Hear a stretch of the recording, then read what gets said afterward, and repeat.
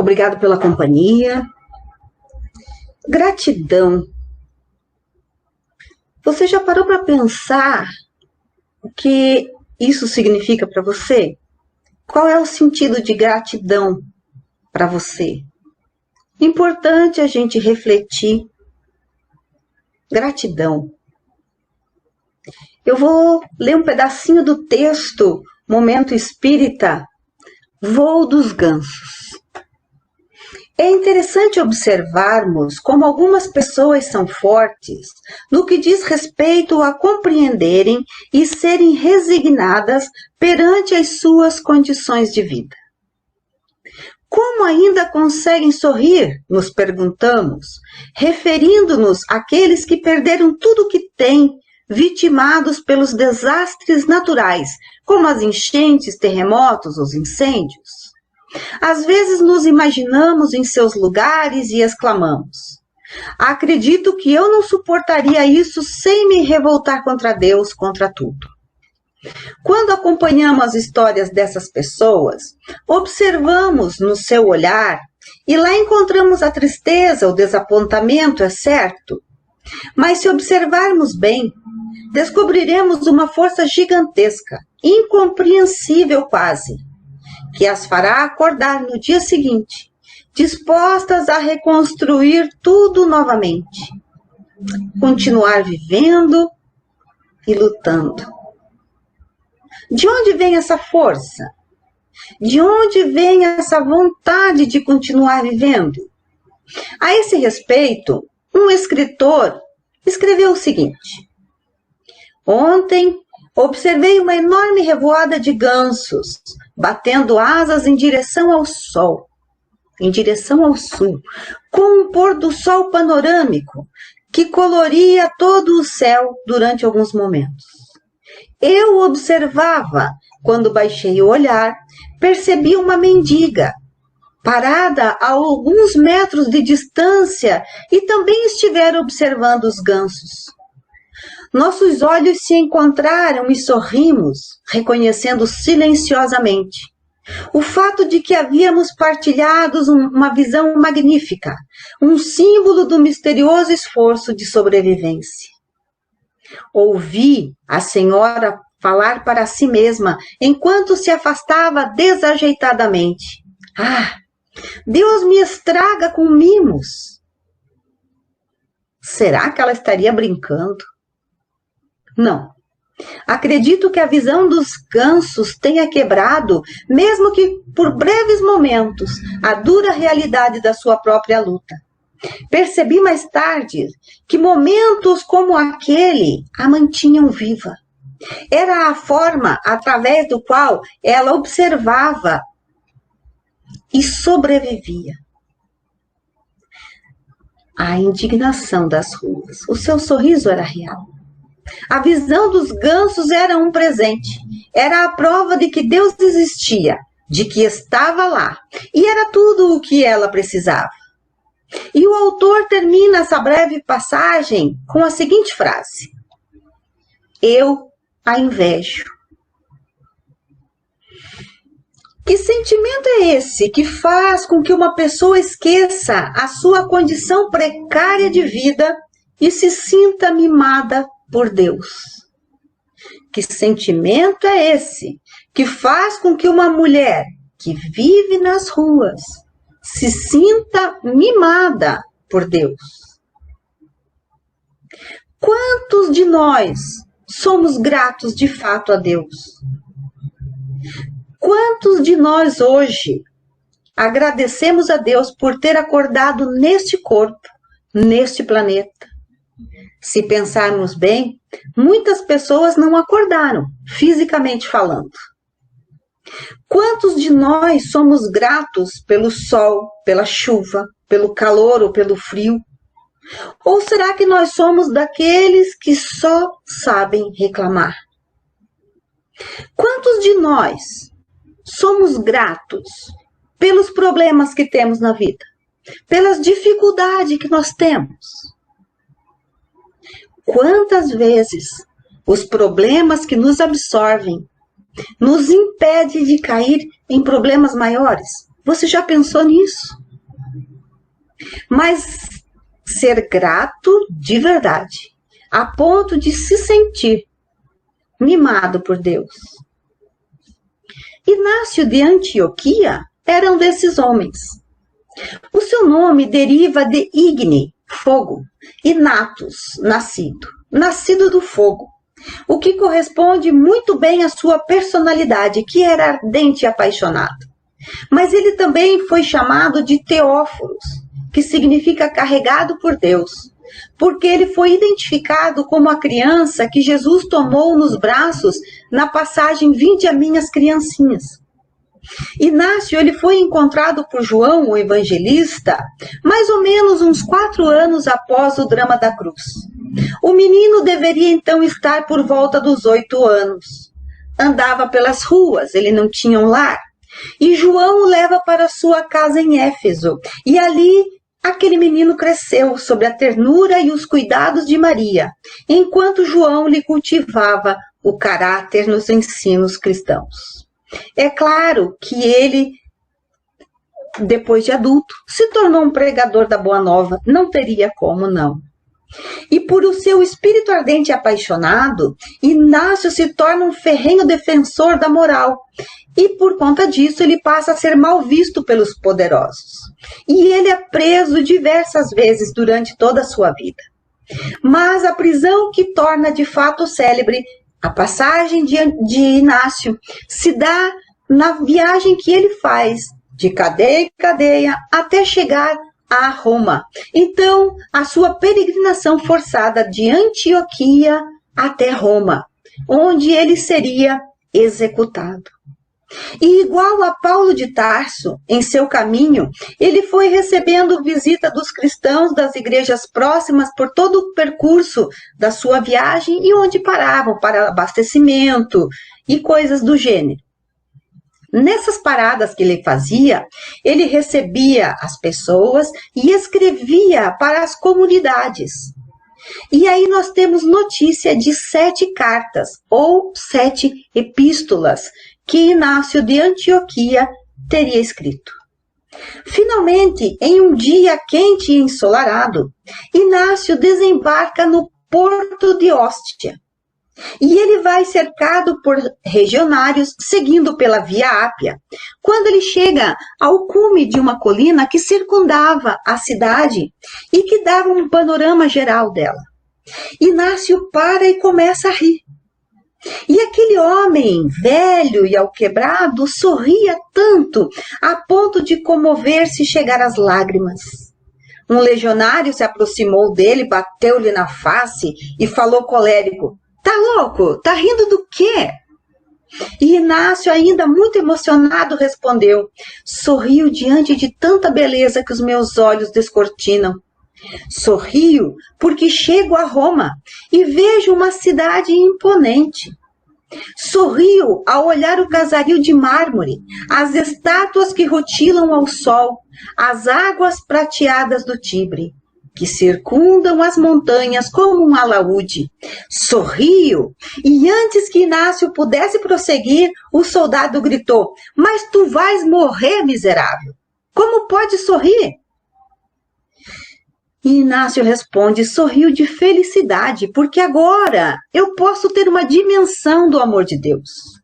Porque se para vós, que sois corrompidos, se para vós, que sois criminosos, Deus concede uma cidade tão bela e tão harmoniosa, o que não haverá de oferecer para aqueles que lhe são fiéis? Sorrio de felicidade antecipadamente e desejo que o sofrimento que você me aponta venha logo, a fim de que me leve." E Inácio é levado às prisões subterrâneas, onde ele encontrou vários outros cristãos que ali estavam, homens, mulheres, idosos, crianças, todo mundo muito assustado, imaginemos nós, né? E ali ele começa a pregar, ele recorda Jesus e por vários dias ele vai trazendo as bem-aventuranças do reino de Deus. Uma semana depois que ele está ali preso, o circo está lotado, milhares de espectadores. A arena já estava preparada com restos de animais, sangue dos mesmos, vísceras que era espalhado por toda a arena, que seria logo mais recebida pelas feras vindas de várias partes do mundo. Feras essas que ficavam em torno de uma semana sem se alimentarem, sem receber o alimento, quando eles iam levar os cristãos para o circo. As portas se abrem, os cristãos adentram aquele espaço ensanguentado e logo em seguida abrem-se os portões e as feras esfomeadas adentro. Inácio, ouvindo e vendo o horror, as pessoas em polvorosa e os animais rugindo a toda força e atacando todo mundo, ele fecha os olhos e fica quietinho esperando a patada que irá lhe destroçar o corpo. O som deve ser aterrador. E ele fica ali esperando. Mas o tempo vai passando. O som começa a diminuir. Ele já não ouve mais os gritos, ele já não ouve o rugido, ele não ouve a alucinação das pessoas que estavam assistindo a tudo aquilo. E ele abre os olhos e, além da cena dantesca que com certeza se fazia, as feras já estavam procurando sombra para descansar e ele inteiro, íntegro. Aí ele fecha os olhos e começa a orar a Jesus e diz: por quê? Por que eu fui poupado? Por que eu não tive a honra de morrer em seu nome? E então um ser espiritual se apresentou à sua visão psíquica e lhe respondeu: Inácio, morrer é muito fácil. Perder o corpo numa só vez é um testemunho muito pequeno para ti. Tu que amas tanto a Jesus, merece algo mais penoso. Quando eu li isso, eu fiquei um pouco assustada, porque nós estamos procurando aprender a amar mais a Jesus. E aí ele diz, tu que amas tanto a Jesus, merece algo mais penoso, me preocupou. Mas aí eu continuei a leitura e ele diz: tu viverás. Viverás entre pessoas que não te compreendem. Viverás entre pessoas que desconfiarão de ti. Porque estar firme no ideal, Inácio, no momento das dificuldades, este é o sacrifício maior. E o Mestre deseja que vivas, para que a mensagem que sai da tua boca parta do teu coração e experimentes a perseguição continuada, sem desanimar. A morte na arena é uma morte muito rápida para os que são bons e fiéis. Uma grande lição nessa fala. Porque nós pregarmos para os outros a moral, a doutrina espírita, é muito fácil. Basta que nós leiamos, estudemos alguma coisa e nós podemos falar. E não é exatamente isso que Jesus quer. É claro que nós precisamos ler, nós precisamos estudar para entender. Mas se isso fica apenas no nosso intelecto, não tem serventia nenhuma. Como esse espírito disse, estar firme no momento das dificuldades, esse sim é o sacrifício maior. E aí nós vamos lembrar de Emmanuel, no livro Religião dos Espíritos, quando ele diz: espírita deve ser o teu nome. É a nossa postura nesses momentos complicados que vivemos e que ainda virão, porque nós estamos só começando. É que vai dizer se nós de fato amamos a esse Jesus que nós pregamos, ou se isso é apenas da boca para fora. E Inácio saiu da arena, porque era da lei à época. Aqueles que os animais não matassem, ou que o gladiador, ou, enfim, aquele que sobrevivesse à arena, tinha sua liberdade recebida. E eles, ao sair da arena, a comunidade cristã da região começou a olhar atravessado para ele, porque supunham que ele havia prestado sacrifício aos deuses de Roma. E assim ele teve sua vida poupada. A calúnia, a maledicência e a intriga semeada na comunidade fez toda a diferença a partir de então na vida de Inácio. Pensa você comigo. Se alguém te calunia, se alguém cria uma intriga para você, fala mal de você, qual é a sua reação? Vai tirar limpo? Vai atrás da pessoa que está falando mal de você? O que você acha que Inácio fez? Inácio jamais se defendeu. E ele disse: porque quem ama Jesus não tem tempo a perder com defesas improdutivas. E é a mais pura verdade. Porque quanto mais nós tentamos tirar a limpo uma situação, mais difícil ela fica.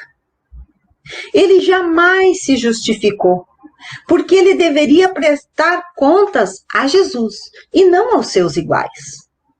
E aí eu me lembrei de Chico Xavier, de Valdo Pereira Franco, do tanto que esses homens sofreram com calúnia, com difamação, de Valdo ainda hoje. Os senhores não imaginam o quanto ele está sendo atacado nesses momentos. Não quer dizer não dar importância para aquilo que foi dito, não é isso. Mas é não ir em busca de confronto. Divaldo, ele diz assim: quando alguém nos calunia e é mentira, o caluniador sabe que ele está mentindo. Nós sabemos que é mentira. Vamos nos defender do quê? Se é uma mentira. Agora, se a pessoa está falando de nós e o que ela está falando é verdade, ele diz: não vá se defender, é verdade. Então, se está certo o que ele está falando ou se é mentira o que ele está falando, não vamos perder tempo com defesas improdutivas. Inácio não disse uma só palavra, mas a sua vida, o seu comportamento, as suas ações deram a demonstração da sua grandeza. O mesmo se deu com o Chico e o mesmo está se dando com Divaldo. Inácio de Antioquia era um homem grato. E o que é gratidão?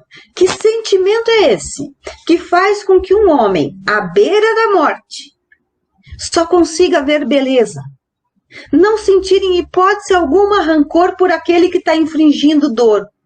Ao contrário, ele ainda bendiz a tudo. Que sentimento é esse que faz com que uma mendiga se sinta mimada por Deus? O que é a gratidão para você? Essa pergunta foi feita pelo espírito Joana de Ângeles a Divaldo Pereira Franco. Ela perguntou: Divaldo, o que você entende por gratidão? E antes de eu ver a resposta do Divaldo, eu pensei: o que é gratidão para mim? E eu cheguei à conclusão que, para mim, gratidão é quando alguém me faz alguma coisa de bom, né? Me ajuda. Nossa, eu agradeço, eu sou grata àquela pessoa. E no que ela precisar, e quando ela precisar, eu estou ali para ela. E fiquei feliz em ver que o Divaldo deu a mesma resposta. Ele diz, é o ato de retribuir. Mas daí a Joana veio e já acabou comigo e com o Divaldo naquele momento, né? Ela diz assim, que quando nós temos esse tipo de pensamento, isso é ato de negociar. Eu ser grata a alguém que me fez alguma coisa, eu estou negociando. Ela diz que gratidão é um sentimento muito mais profundo do que isso, que vai além da troca de favores. Gratidão vem do latim gratia, que significa graça, e se traduz como algo agradável. Gratidão é o reconhecimento agradável por tudo aquilo que se recebe ou que nos é concedido. Isso está no livro Psicologia da Gratidão, de Valdo Pereira Franco, Espírito Joana de Ângeles. E aí o que me chamou a atenção nisso foi que ela diz por tudo aquilo. Ela não disse que devemos ser gratos por tudo aquilo de bom que nós recebemos. É por tudo o que recebemos ou que nos é concedido. E ela continua, o sentimento de gratidão surge como a mais elevada expressão de amadurecimento psicológico do indivíduo.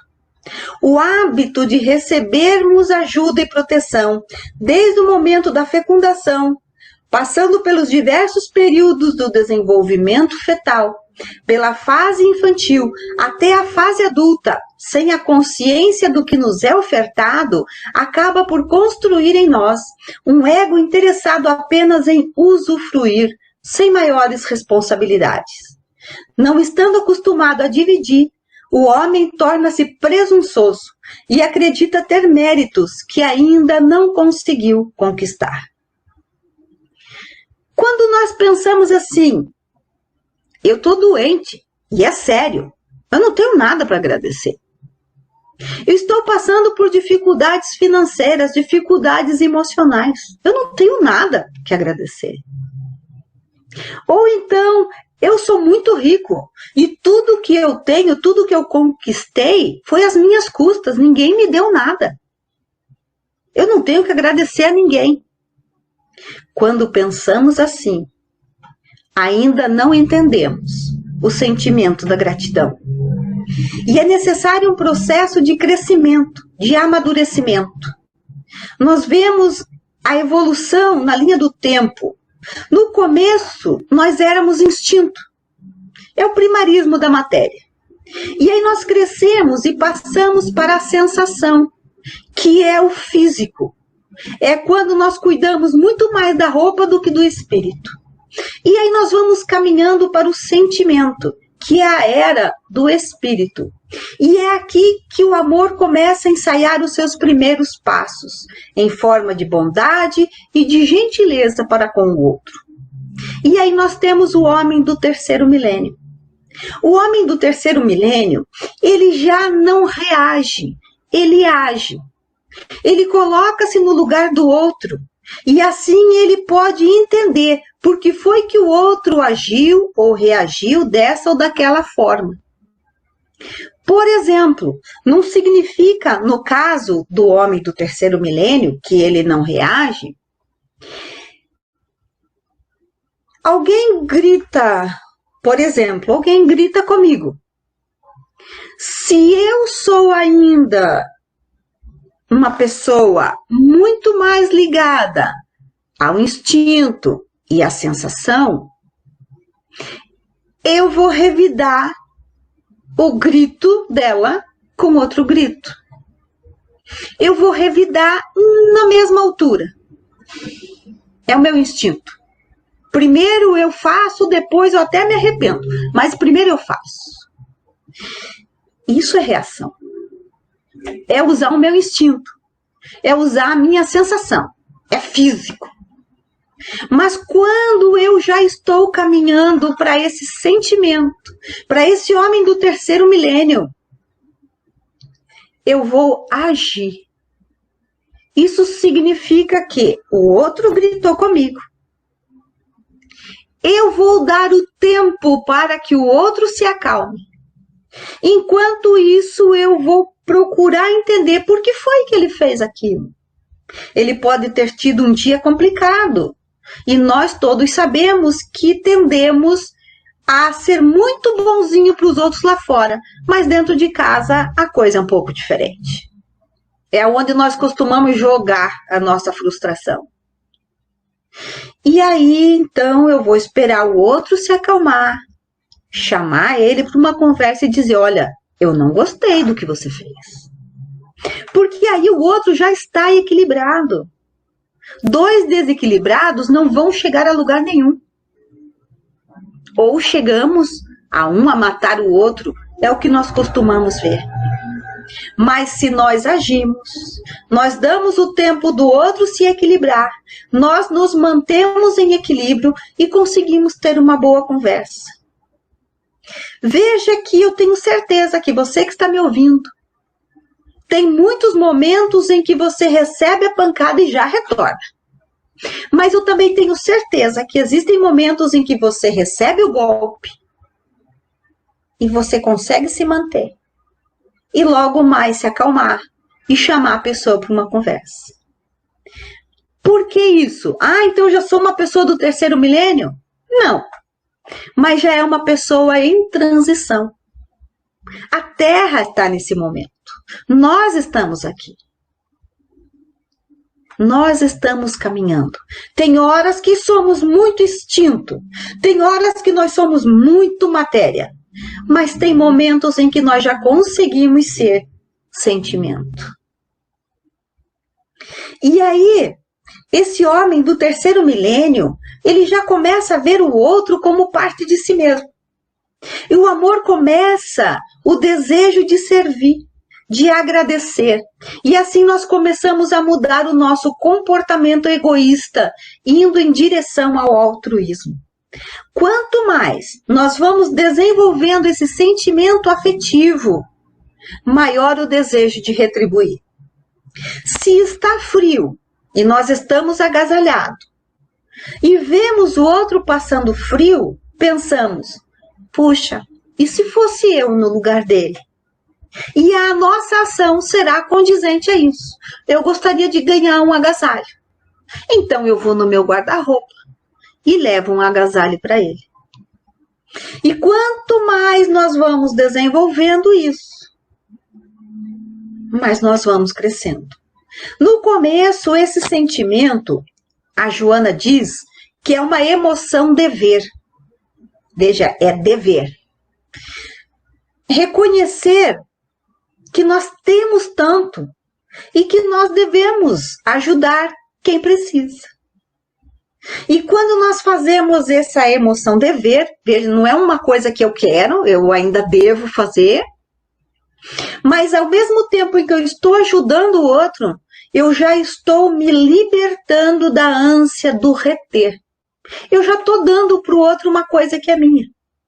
Nós raramente temos o sentimento espontâneo de agradecer as pessoas de um modo geral, mas em especial daquelas que nos auxiliaram a chegar onde nós estamos, ou que nos ajudaram a ser o que nós somos.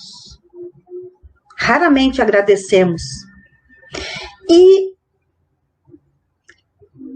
quanto menos ainda nós pensamos em agradecer quando nós somos bem de vida e que nós conquistamos aquilo segundo o nosso olhar, pelos nossos sacrifícios. Sempre, por mais que tenhamos sido nós de fato a termos conquistado, mas nós não estamos sozinhos. Nem que seja um funcionário nosso, ele está ajudando. Eu conheço uma pessoa há muitas décadas. E essa pessoa, ela foi encontrada num lixo quando ela era bebê. E a pessoa que adotou ela era uma pessoa muito boa, mas ela tinha o vício do alcoolismo. Então, quando ela entrava em fase de beber, ela era violenta. E essa minha amiga, ela sofria na mão dessa pessoa. E aí eu perguntava, como é que você se sente em relação a isso? E ela sempre respondeu, eu me sinto muito grata. Eu me sinto grata pela pessoa que me pôs no lixo. Ela poderia ter me abortado, mas ela não abortou. E me sinto muito grata pela pessoa que me recolheu de lá, que me deu casa, estudo.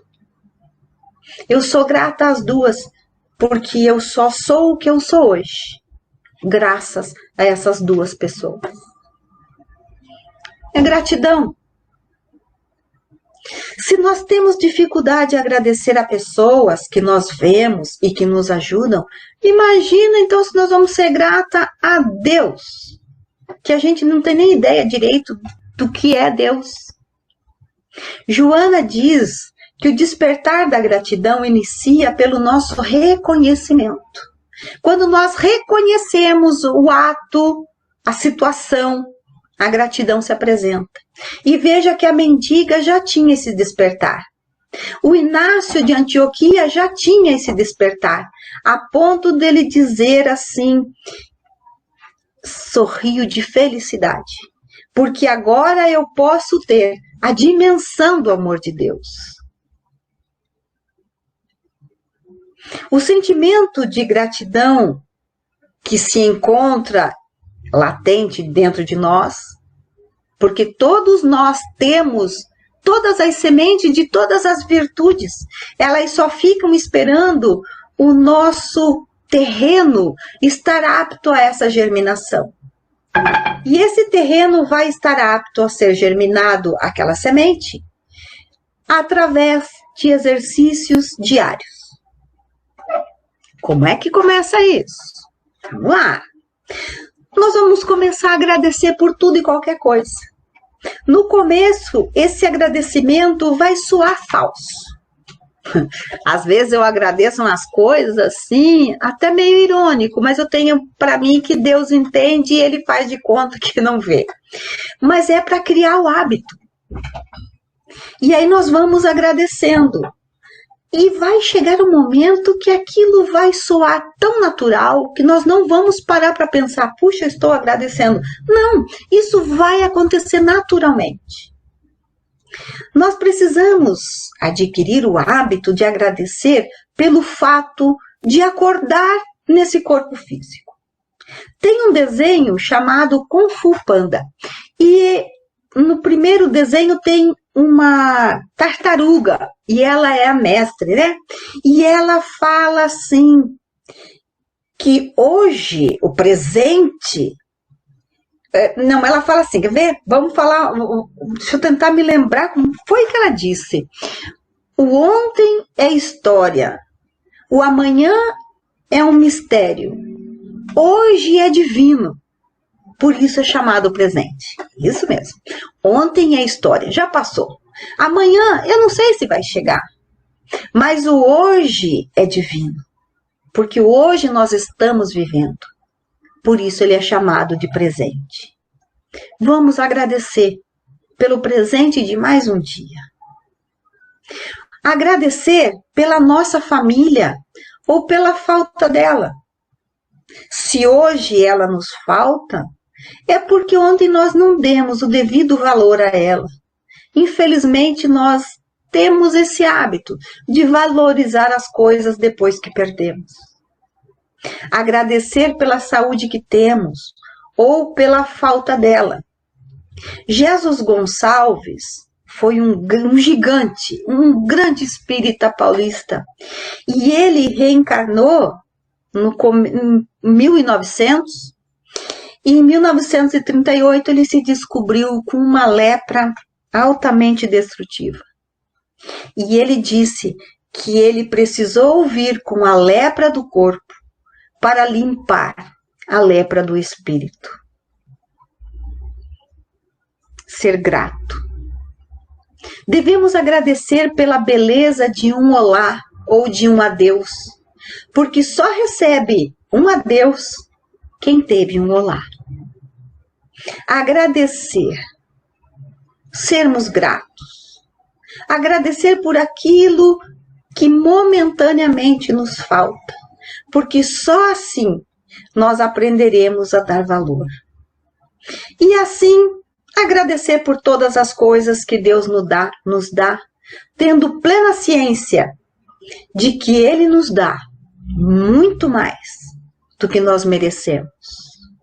Tudo em nós é formado por hábitos. Precisamos apenas desenvolver o hábito salutar de sermos gratos por tudo. E eu quero encerrar com um poema, Gratidão por Tudo, da poetisa Margarida Lopes de Almeida. Senhor, venho dar-te a sorrir toda a minha alegria, a minha imensa alegria, minha felicidade, meu riso, meu amor. Senhor, todos vêm a ti para chorar, para implorar, para suplicar de ti consolação, auxílio, bênção e perdão. Eu não, Senhor, eu venho para dar.